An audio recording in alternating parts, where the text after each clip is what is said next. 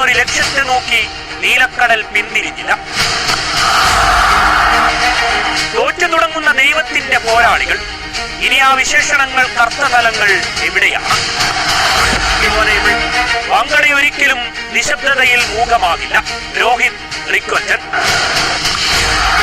കൊൽക്കത്തയുടെ ഹൃദയത്തിലേക്ക് ഇന്നിവിടെ മുംബൈ തീർത്തതൊരു നിലയ്ക്കാത്ത ആഘോഷരാവ്. ലക്ഷ്യമങ്ങ് കഠിനമെങ്കിൽ അപ്രാപ്യതയിലേക്ക് അവരുടെ സഞ്ചാരമാണ്. കിരീട സ്വപ്നങ്ങളിലേക്ക് സ്വന്തം മൈതാനം അവർക്കായി ഇന്നീ ദിനം കാത്തുവെച്ചു.